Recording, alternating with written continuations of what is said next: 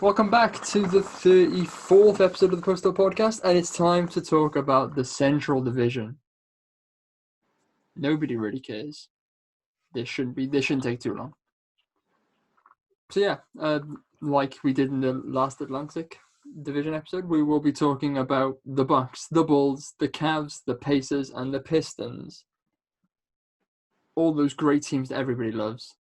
Talking about how their seasons went and what they should do for the upcoming season, because like I said last time, we're superior knowledge when it comes to this. We know how to run a good team.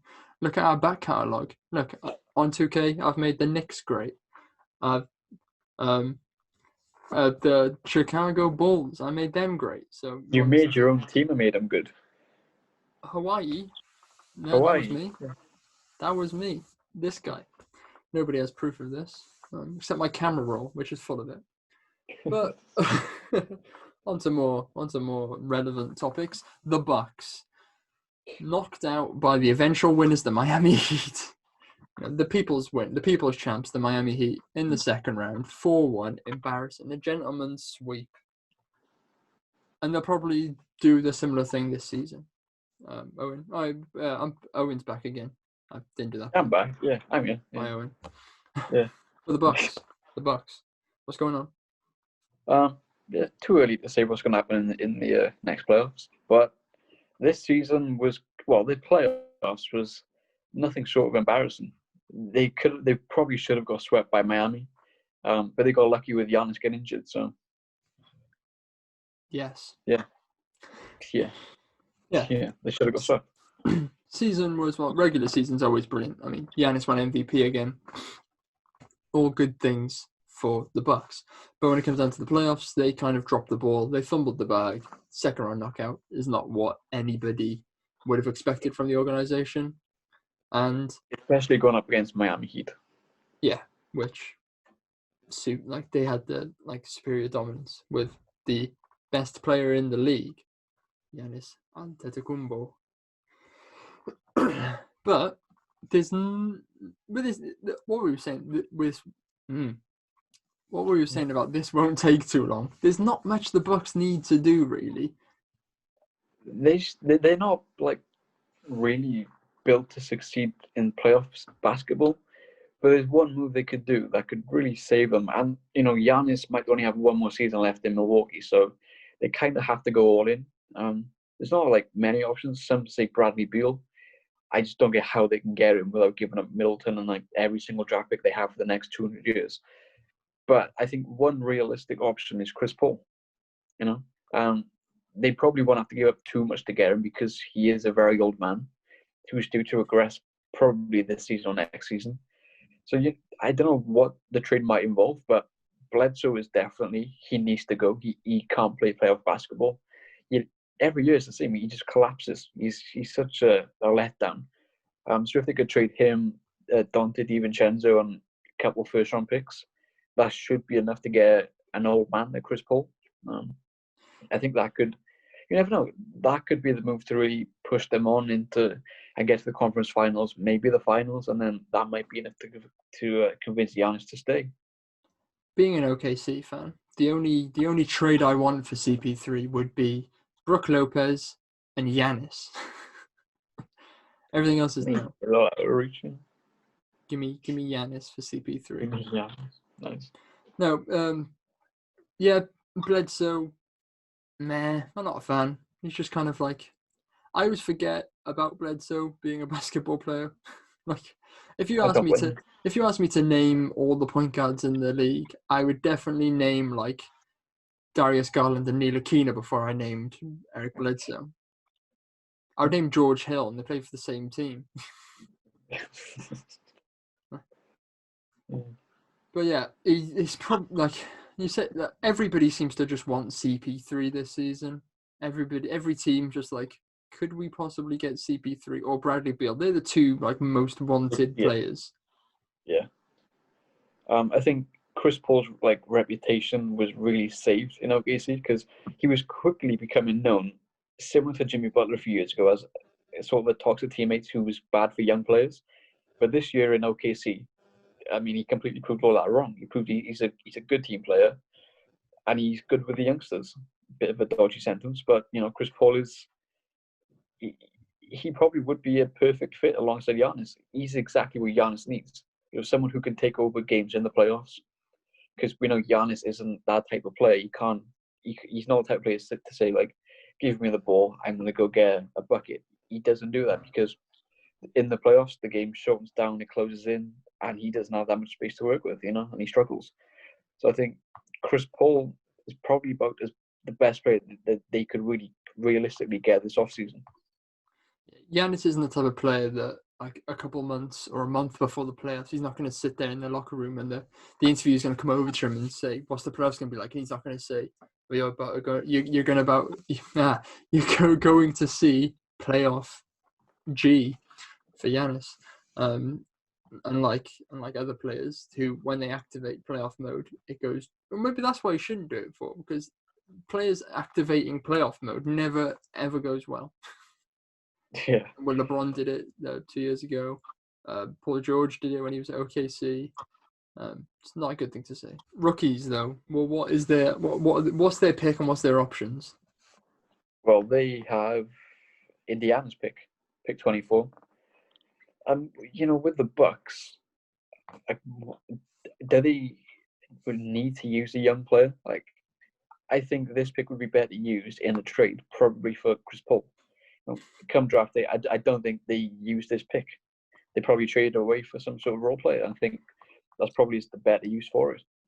I will happily accept their pick. There's one thing that me and OKC, I'm not gonna say all fans, but majority of the subreddit enjoy is picks. Give me the picks. Sam Presti will do wonders with them.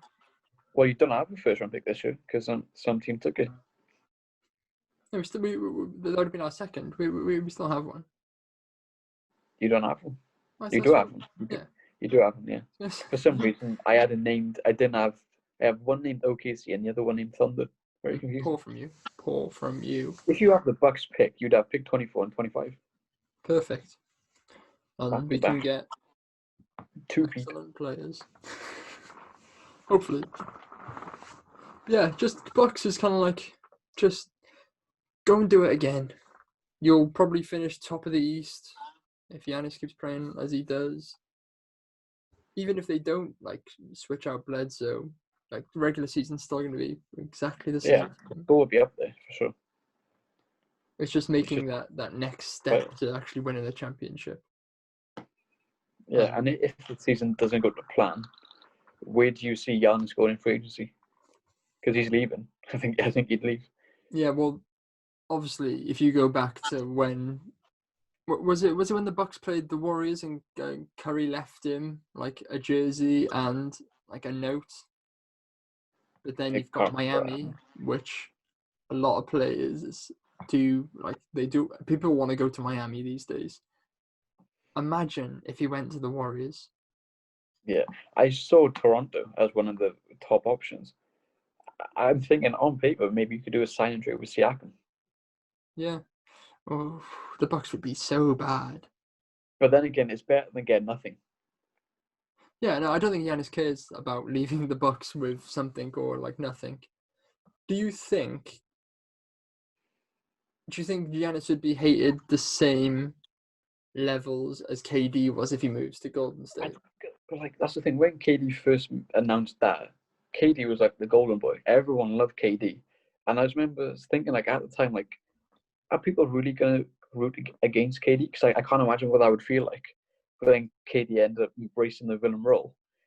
And Giannis, I feel like people are starting to hate him. Because whenever players become good, people automatically hate them. I don't know why. I don't know why people can't just appreciate players for how good they are. But yeah, if Giannis goes and joins a super team, I think he will become very much hated. Maybe not to the LeBron level, but probably to the KD level. What does a Golden State team even look like? Clay, Curry, Giannis. That's mental. I don't like the thought of that. I don't know how they would do it. I think the only way they could get it done is if they keep Andrew Wiggins and then use it as another sign and trade. Yeah. Like, that's the only way they can get it done. It'd be crazy, but the Heat is like I said, the Heat is another option. How do you see that working? Again, I don't think they have too much salary, but then Olynyk's contract is up soon. I think next off season. Myers Leonard's big contract is up this summer, so I think Miami, they are positioning themselves to be able to make a run at Giannis. Personally, is he the right fit for that team? Who knows? But then again, he's such a supreme talent. You may as well give her a go and try and sign him. You know, Giannis and Bam together as a there's backcourt. Jimmy, Bam, and Giannis on the court at the same time. There's no shooting there. Yeah. So like, come playoff time, they're gonna get found out. But then in the regular season, that's like a 65-win team. You know, so unless they go like if what you're saying about the no shooting with Butler, Giannis, and Bam, but what if you put Hero and Dunk on that court? that's still 3 players who can't shoot at all. Yeah, you know, but they'd be fine in the regular season. This is Hero and Dunk 3 years into their But NBA then, careers. yeah, Duncan is already one of the best shooters in the league. He's not going to get much better than where he is right now. Hero, that's the thing. If Giannis goes there, it takes the ball out of Hero's hands. You know, I think he can be that, you know, that Butler sidekick. He can be the guy to average 20 points per game. You know, if Giannis goes there, all of a sudden Hero is kind of not wasted because he'll still play an important role. But you know, we'll probably never get to see the best of Hero. You know. Yeah. I'm not a massive fan of Giannis purely because, like, I wouldn't want him in one of my teams. Like the way I would organize a team to play. Yeah. I wouldn't want to play like Giannis in that team. So every time Yeah. I look at Giannis and look where he would go, I just kind of like cringe. I'm like, I wouldn't want him to ruin the amazing 3-point play of Clay and Curry. I wouldn't want him to kind of ruin the grit of Miami. I see Giannis as a more athletic, more coordinated version of Pascal Siakam. That's what he is. He's taller, bigger, more athletic, and he doesn't fall over all the time like Siakam. He's just a better version of him like that. And I don't think you can win with play when your best player is a power forward who can't shoot. You know, it's tough. It's tough. Can you see him making the step and becoming like a decent 3-point shooter? Well, LeBron did it. He was never a good shooter, and over time he's become better and better to the point now he can take half-court shots and make them. You know, but when you look at Giannis's shooting form, it's so ugly. Like, it's going to take a lot of work for him to just become respectable. But you know, he's shown he has the work ethic, so I wouldn't bet against him. But it's going to take a while. Well, his main goal now is to be the only Antetokounmpo brother who, to have a ring, because obviously Kostas has his ring now, showing up as big brother Giannis. But they are having a movie made about him. Disney are making a film about Giannis's life. Good luck finding actors tall enough. Yep, they ain't gonna find one. Yeah, Bucks, just keep doing what you're doing, pretty much. Well, nah, but it's like, if you want to be, if you want to keep Giannis, you have to get better. Yeah, it'd be a risk to try and like mix it up a bit, but it's a risk you probably have to take. If they keep it the same, Giannis is gone. I feel like they should have kept Brogdon over Bledsoe. Yeah, probably. Yeah. Have fun winning the East again, Bucks. Moving on to the Chicago Bulls, and with their new head coach, Billy Donovan. What does the signing of Billy mean for Chicago? How does this help them? Yeah, it's weird. Billy, when he came into the NBA, he automatically had 2 of the best players in Westbrook and Durant. So and then last season, Chris Paul. We've never seen him with a rebuilding team. The only time, I guess Russ's MVP season wasn't a rebuilding team, but it was a bad team, you know. And he's never had success in the playoffs. So, like, I can understand why they would hire him, but again, it's weird because we've never seen him like rebuild a team before, so we have no clue what's going to happen. Well, yeah, he obviously OKC obviously didn't think that he was the right man to rebuild us, OKC, because obviously we're in the start of a rebuild now, and he's gone. And obviously watching Billy Donovan basketball over the past how many years he's been there. A lot of hate for him, not from me personally, just from the fan base. There's multiple times where he just gets things horribly wrong. Like tactically, he didn't really seem too well equipped to especially to run in the playoffs. Like as you see, first round, four first round knockouts in a row. Like, I mean, that's an upgrade for the Bulls. Yeah, it's an upgrade for sure. But it's like, it's weird. I know for like the past few years, Thunder fans, I think they hated Billy Donovan for the most part. But then last season, he definitely saved his reputation, like Chris Paul did. Do you think his reputation was saved because of Chris Paul, or did he save Chris Paul's reputation? Like, well, who benefited more from each other? That's the thing. You look at it, when we had Russ and KD, and when we had just Russ, people would hate him because it would look like he wasn't running the team. It looked like Russ was in charge. And then Russ leaves, CP3 comes in, and you could say the same. It looked like CP3 was running the team rather than Billy Donovan. And then when we came into the playoffs, like I said, first 2 games of the playoffs, we run like a 12-man rotation. And it's like, you've been in the playoffs before, Billy. You understand how this works, and you're still getting it horribly, horribly wrong. So, obviously, cause we don't know because we're not in the camps. We don't know if Russ was dominating the OKC huddles. We don't know if he was in charge and everybody was listening to him, or it was Billy and Billy was getting it wrong. And we don't know if when Russ left and CP3 came in, if it was the same thing. CP3 was leading it and getting it right, and Billy Donovan benefited off that. So this is the season, and we'll see what type of coach he is. Is he gonna help this Bulls team, or is Zach LaVine gonna kind of push in and be like, well, I've seen you let Russ do whatever he wanted practically at OKC. He ran every play, he shot wherever he wanted. Is Zach LaVine gonna see that and think, why can't I do that at the Bulls? He's got that mentality. Zach LaVine knows that he's a good basketball player and he wants to try and be the best. So he might look at that and think, well, let me be the Russ. Let me run every possession. Let me take every ball. Let me do all this. So this season, I think we're going to see who Billy Donovan actually is as a coach. Because also Zach LaVine isn't that he isn't that player like CP3 or Russ. We don't know if he's going to walk in and because he might have seen it and think, well, I'll give it a go. But he might not. So it could be this season where we actually see who Billy Donovan is. He's not afraid to let people know that he knows he's good, But I don't think Zach is the type of player who you can sort of build around. He can't be like the franchise player. He can't be the main guy. But I think he thinks he is. He has that sort of mentality, kind of like Kyrie. Not as toxic as Kyrie, of course. I was going to say, it's a bit like Kyrie. You need to partner him with the superstar. He's not the superstar, but he probably thinks he is the superstar. Exactly. Yeah, and is Billy strong enough to deal with that sort of personality? I don't know. I'm not sure at all. As you said, it seemed like he did take a sort of a backseat role to Russ. But then again, when you have a player who's capable of a 30-point triple-double on a nightly basis, it's kind of like the easy way out. Saying, yeah, you just do what you do, and I'll be fine with that. So maybe that's poor from Billy.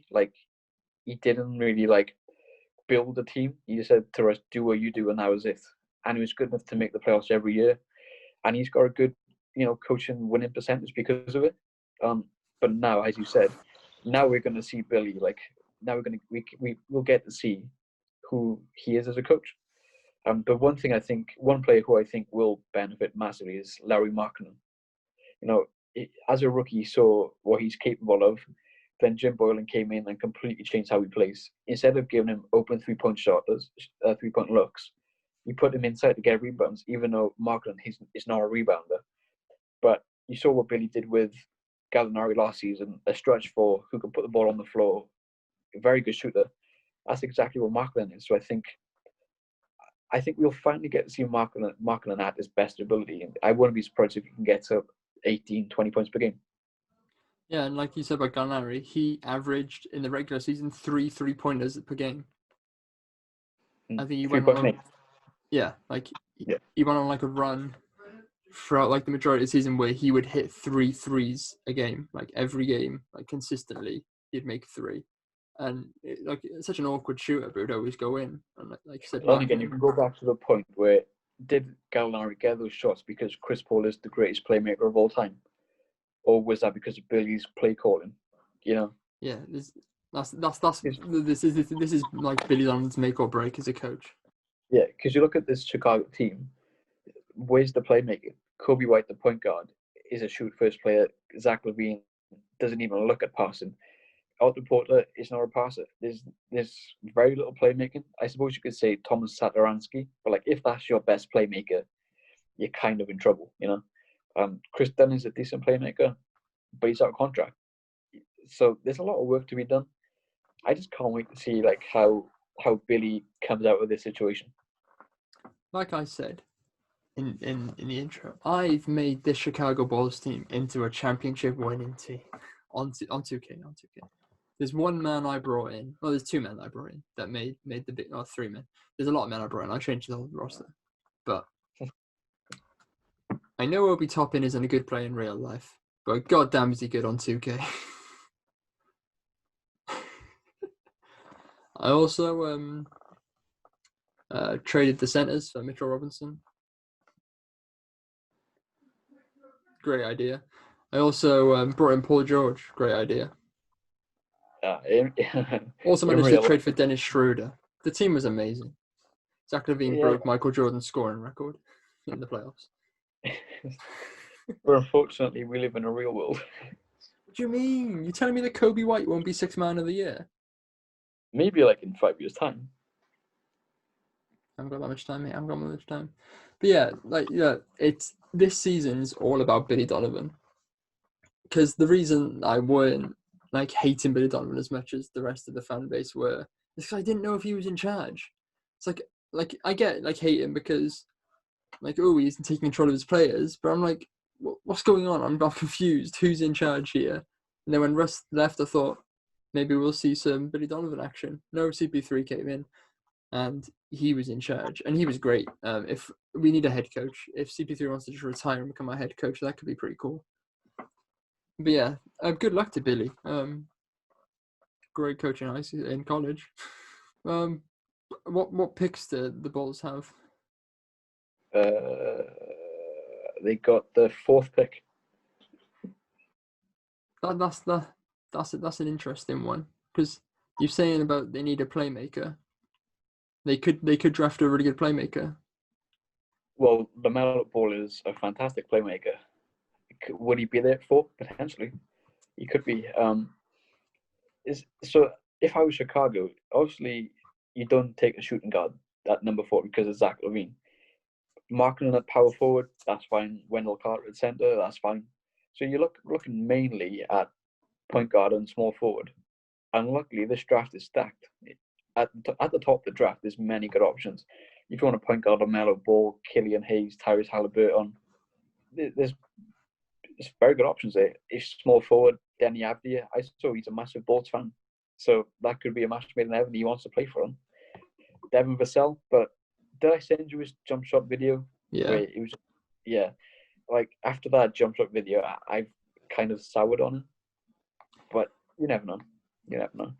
The thing is with like the top 3 projected are LaMelo, Wiseman, and Edwards.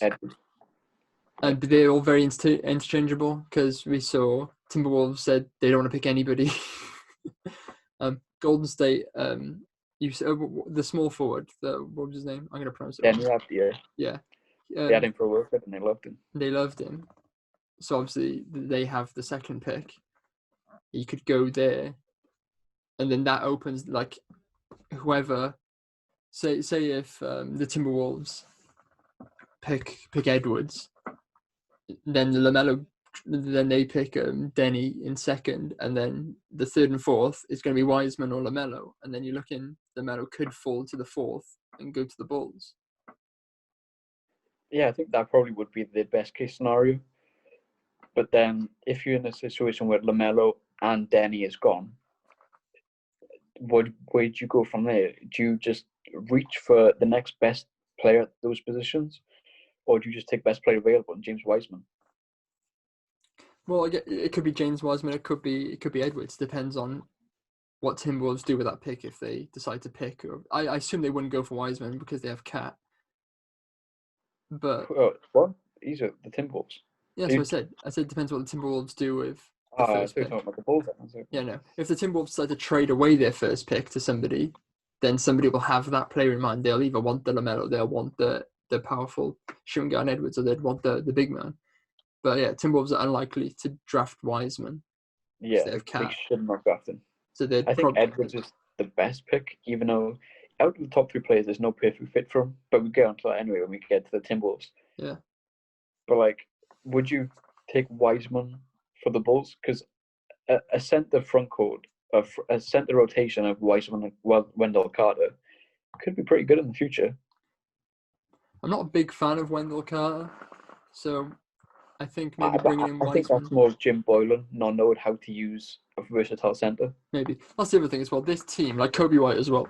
I'm a fan of Kobe White, mainly for 2K reasons, but I think he also played quite well in the summer league as well. But I'm a fan of Kobe White, and now with a coach like Billy Donovan, who like we had like a list of players like you said about Gallinari made him play well, but also it could be CP3. Jeremy Grant as well, like players like that he made that were coached under Billy Donovan and were made better. Can he give that step to players like Kobe White and Markkanen and Wendell Carter? So it's not just Billy Donovan we're going to see like how good he is. It's these young players that he's got as well. How good are these players going to be? Hopefully very good, because I really like Kobe White. Yeah, it's going to be interesting. I really can't wait to see how Billy Donovan is a completely different environment, and he could either be incredible or out the league in 2 years' time. You can never know. Yeah, I'm just excited for the draft because, like we said, those like the 3 projected 1, 2, and 3 are so interchangeable, and then you throw like Golden State in there, who won Denny, and you throw Timberwolves in there who don't even want the first pick. So the draft's going to be really interesting this year. I wouldn't be surprised if someone like LaMelo falls to 6 or Wiseman falls to 9. Like, that could happen. I wouldn't be surprised at all. Depends how good the scouting is on teams. Yeah, there's not like a big gap between players, so I feel like it's literally down to preference. Yeah. I can't wait to do our mock drafts. It's going to be very interesting. Like, LaMelo is on my number 1 point guard. Wiseman is on my number 1 center. It's down to preference at the end of the day. Be a good time. Yeah, so the Bulls. So this season, Bulls fans, pray that Billy Donovan is a good coach and can help your young players improve. Well, he can't be much worse than Boylan. Oh, no. I don't think there is many worse coaches in the league than Jim Boylan, as we saw. Hope you get the respect, Billy Donovan, of Zach LaVine, so he doesn't like cuss you out live on television when they put the cameras in after a timeout. And that was against OKC actually, when he dropped 40 points and they were down by loads, and they called the timeout, and he got annoyed and then picked up the ball, then scored like a half court spin move 3-pointer. Like, Zach LaVine's got talent. I'm a big fan. I like this Bulls team. I really do. Good luck to them. I hope they get into the first round and get knocked out. Good luck. The Billy Donovan special. The Billy Donovan special. That'll be 5 years in a row for him. Moving on to the Cleveland Cavaliers, and you've really bluntly written here, disband the organization. Do you want to expand on that? Well, when LeBron doesn't play for them, they're quite bad. They're quite bad. They're pretty irrelevant. They have no clear direction. They hired a coach last season to do the rebuild, and then fired him not even 1 season into the rebuild, only to hire his assistant coach. And then you trade for Andre Drummond. Like, why? Like, there's no reason whatsoever to trade for Drummond, who's an expiring contract. It's confusing. Like, are they going to re-sign Drummond? Are they going to pay him a max contract where he's clearly not worth it? And you don't pay centers like that max money. He puts the Cavs, so they probably are going to do it. And then you got Kevin Love. Trade him, free him, give him to a good team. And then you have 2 small point guards who can't pass. I just don't get what they're doing. There's no direction. There's no like plan. There's no logic behind any of the moves. It's just very confusing. Yeah, with the Drummond situation, I feel like it's up to Drummond because I think the Cavs will give him the contract if Drummond wants it. If Drummond wants to leave, like he will. And the rest of the team is an absolute mess. It's just confusing. Like last off season, watching their moves, I'm just like, whenever I get like the notification from Woj and say the Cavs have done this, I just sit there like, why? Why have you done that for? Like, what's the reason? What's the logic behind this? It's some of the moves are just baffling. It's a mess of an organization. Like you said about it as well, I want Kevin Love to go and have some fun somewhere. Send him to a contender. Oh, wait, Yeah. no, he's had his rings. Kevin Love had his rings. Just send him anywhere. Just to have a nice time to end his career for the last few years. He'll probably have. What pick have they got? I think they've got this 5th pick. They're in the So, the same thing we said about the Bulls with the 6th pick. Who falls to them? It could be Wiseman. Do they take Wiseman if Drummond stays? There's no point. There's no need. But then again, do they take Wiseman just in case Drummond leaves? Because at the time of the draft, they still don't know at that time if Drummond stays or goes. Like I said, it'll be down to Drummond if he stays or goes. Like the worst case scenario is if they take Wiseman and then re-sign Drummond to the max, like what Orlando did when they drafted Mo Bamba, and then they signed Vucevic like a massive. It's going to happen. They're going to re-sign Drummond and draft Wiseman. They're going to do it. Like I'll put good money on Wiseman getting drafted and they re-sign Drummond. I'll put good money. Well, I keep seeing Obi Toppin getting mock drafted to him. Again, you got Kevin Love, so like, again, I don't see the point in that unless they trade Love. But then if you're rebuilding, the core, if they rebuild, their core is Sexton, Darius Garland, and Obi Toppin. I'm not being funny. That's like 2 wins. Like what? that's a horrific core. They just need, like, Daryl Morey. They need him, but thankfully he's come to us. But they just need someone with a clear direction, just some knowledge of basketball, who knows how to build a team and not just say, "Oh, we got LeBron. Let's rely on LeBron." Because that's what they've done since 2003. Whenever they haven't got LeBron, they collapse. They collapse into just pieces. I just don't get them. I don't get them at all. Cavs fans probably are dreaming. They're hoping, praying to draft Bronny when he comes into the league, hoping he has the same effect on the organization that his dad has. Like, even when they had the chance of getting a good coach, they just went with J.B. Bickerstaff, who failed in Memphis, failed in Houston, and was an assistant coach for Cleveland.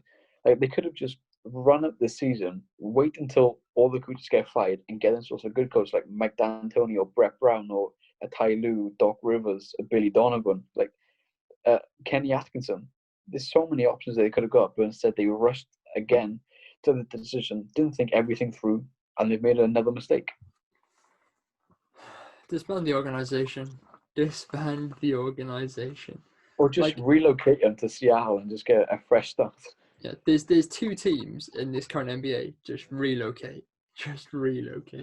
We'll get on to the second one when it's their time to be spoken about. But yeah, the Cavs, not a clue. Like, I'm glad it's not my job to fix them. It would be a fun challenge on 2K. Normally, 2K, I think it would take too long to rebuild them. Yeah, I don't want my actual paycheck being on the line to try and fix that team. I'm glad it's in someone else's hands, and I don't support them. Imagine being a Cavs fan. It must be so painful. Going from LeBron James, the 3-1 comeback in the finals, to Sadie Osman. Oh, God. Disband the organization. Relocate. Give Seattle what they deserve. Give Seattle the sporting team they deserve. Moving on to the Pacers. And I said earlier, they are probably the most relevant team in the league. Yeah. Because they're relevant because they make the playoffs every year. They make the playoffs. They do all right. first round, second round, but they're irrelevant because who cares? Who cares about the Pacers? They're just consistently eh. Yeah, They're consistently meh. They just eh. There's they've nothing special about them. Nothing special about this city or the state. Nothing special about the team. Nothing special about the coaching staff. They just make up numbers. They do okay, and that's it. they've got Oladipo, who I don't think I've seen him play basketball for about 4 years. Since he left OKC, I don't think I've seen him wear a jersey. They got like Miles Turner at center, who's just so bland. Such a Good defender, but yeah, offensively, he's just hard to watch. yeah. Just so like I don't care. Like so much like he's a good center, but like I couldn't care less. We got Sabonis, who I love from OKC days. Didn't want us to trade him, but now he's proven how good he could have been for them. But again, it's like I like Sabonis. He's gone to the Pacers, and I'm kind of like, oh, I forgot Sabonis played basketball. It's like, who are Who are Pacers fans? Who are they? Do they exist? Do they exist? I don't know. Where are you? Like, tweet us. But what do you do? What do you do if you're because you don't want there's not much. You don't want to change too much because, like I said, it's going all right for them. But like, Yeah, they're never going to make I that step. obviously their goal is to win a championship, right? But they're not going to win a championship with this setup. So do they risk it and blow it up? But doing that, they risk being the next Charlotte Hornets for the next 10, 20 years. No, I think the situation, they need to be okay with just being okay. They don't want to get too big for the boots. Just accept the fact that you're an okay team, and if you just continue on this course, you will be an okay team for the foreseeable future. That should be good enough for Indiana, I think. They just, I saw Oladipo wants out. He wants to get traded, but who wants to trade for an injury-prone 28-year-old shooting guard who's coming off a very serious injury and who's due to get paid soon, and he wants max money? No one's going to want that. So it's a weird situation. But then again, they got TJ Warren. He looked like Kobe in the bubble. So who knows? Maybe he could emerge as a star. Unlikely, but I think Indiana and their fans, they sort of need to cling on to any bit of hope, any bit of excitement, because even their brand of basketball is not very exciting. And they fired their coach because of it, but now they brought in an unproven coach from Nick Nurse and the Raptors. So who knows? That could be a stroke of genius, or it could completely backfire.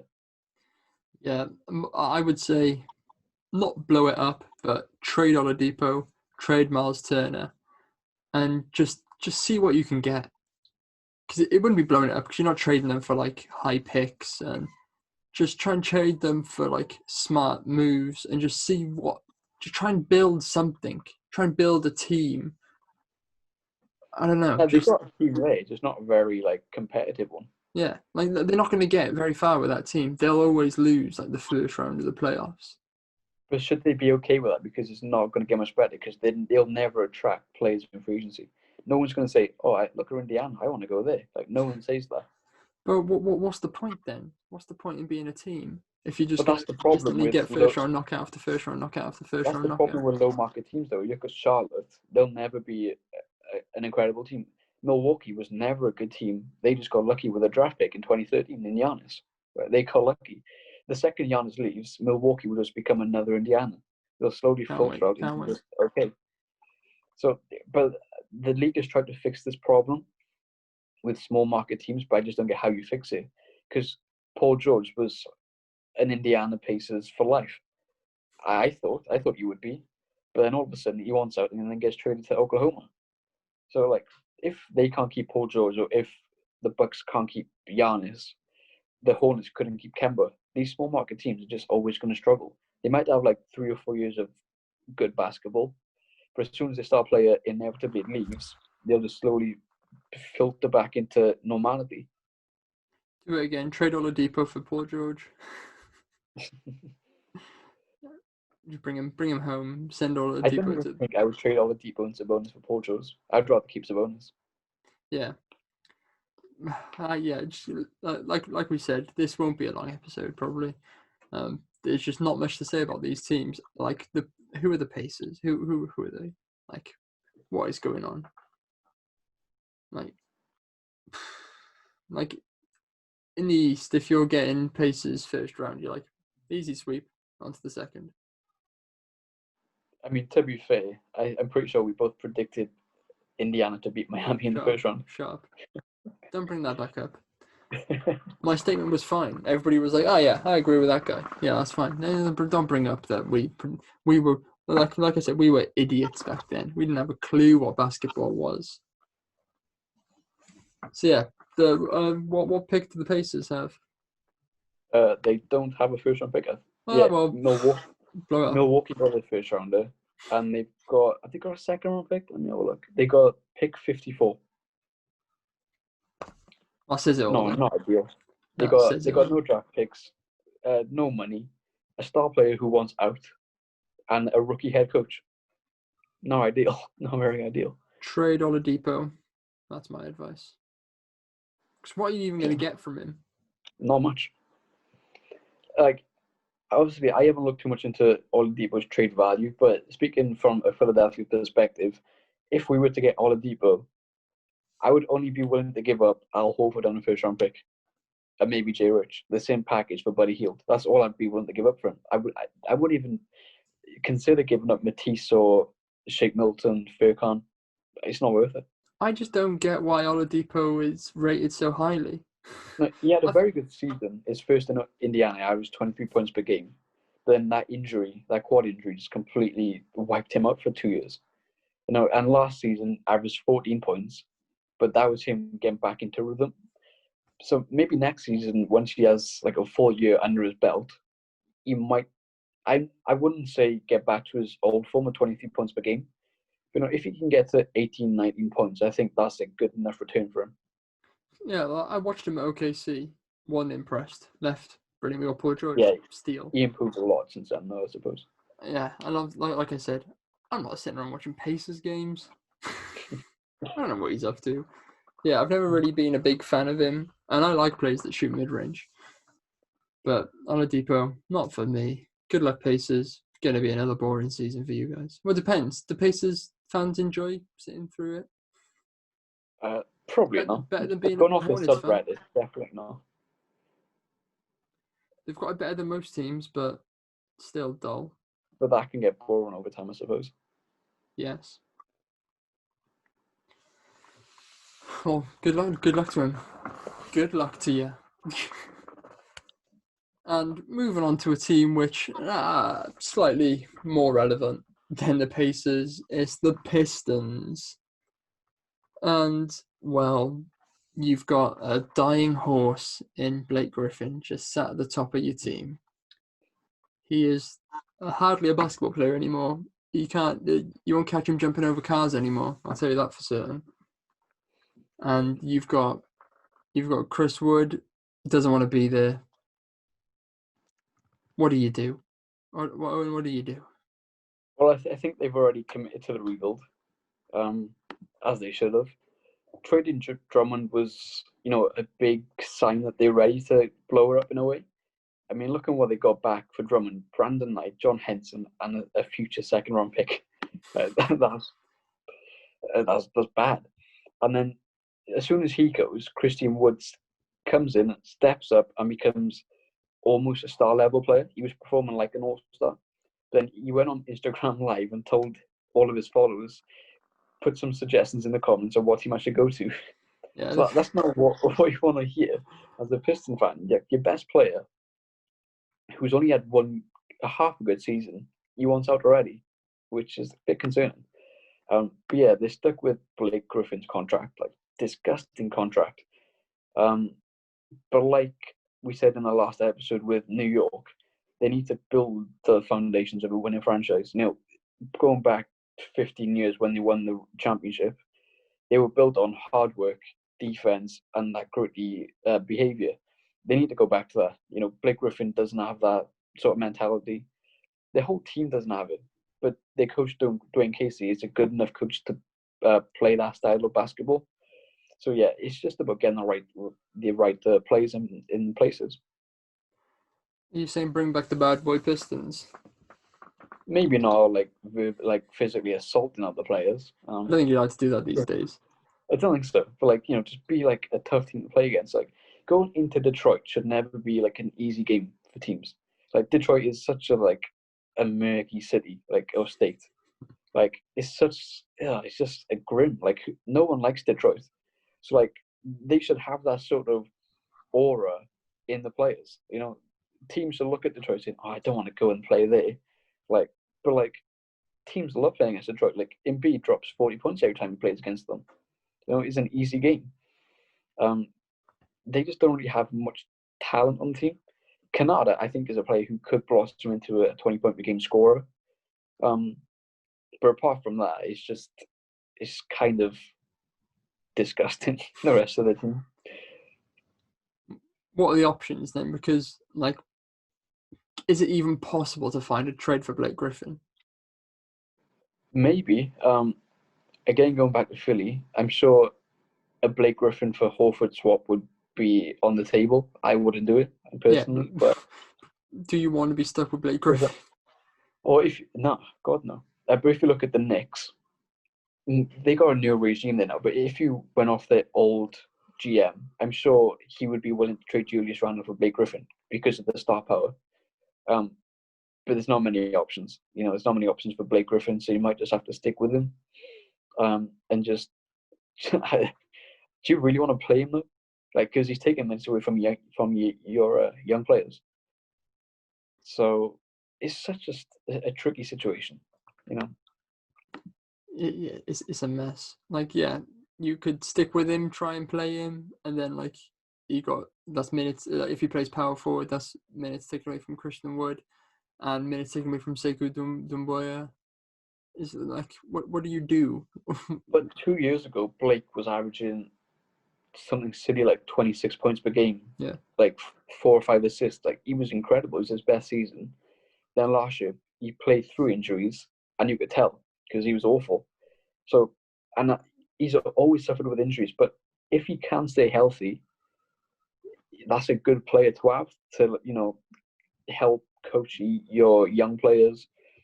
But how confident are you in Blake getting back to that form? I don't think he can. I think he's past it.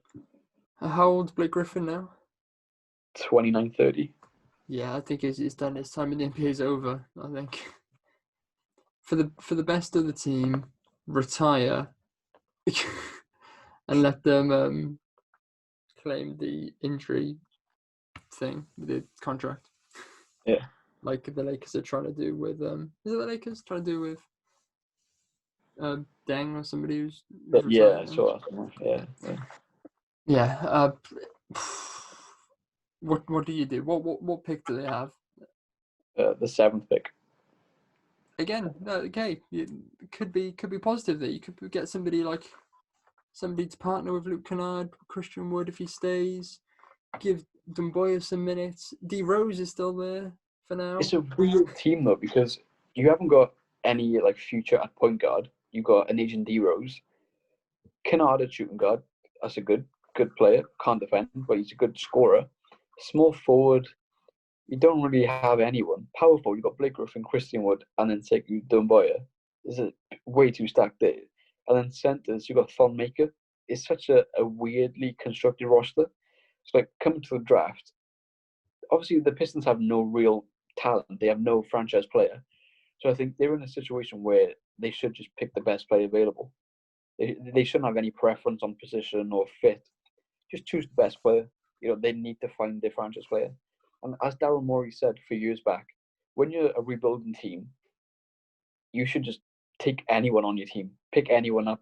Always pick the best player because you never know who could blossom into that star. And for the Rockets, they did that. They used that strategy for years, and they got on James Harden, one of the best scorers in NBA history.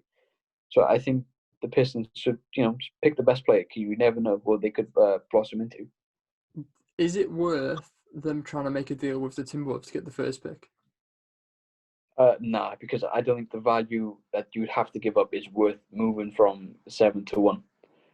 The gap in players isn't like that much. If it was like a clear number one player like last year with Zion and Ja Morant, then yeah, definitely do that. But this year, it's not worth it. But maybe they think Dwayne Wade could be Dwayne Wade.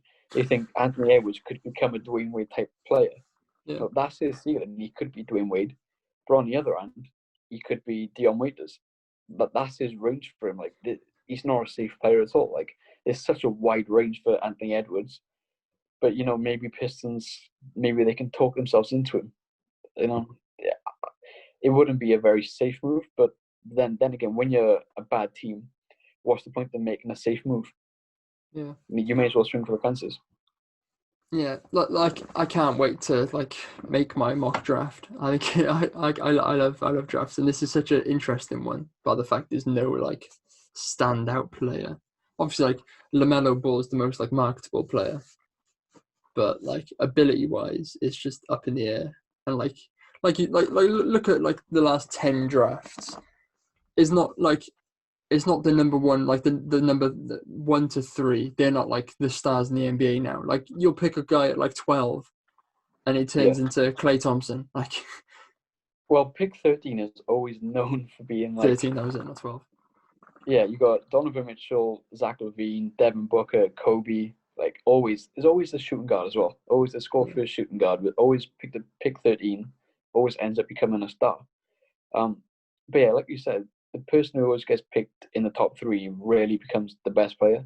I think the 2013 draft is a great example and a great comparison for this draft, where Anthony Bennett was the number 1 pick, Oladipo was number 2, and Oladipo was number 3. But then if you look later in the draft, you got Giannis at 15, you got Rudy Gobert at 27, I think.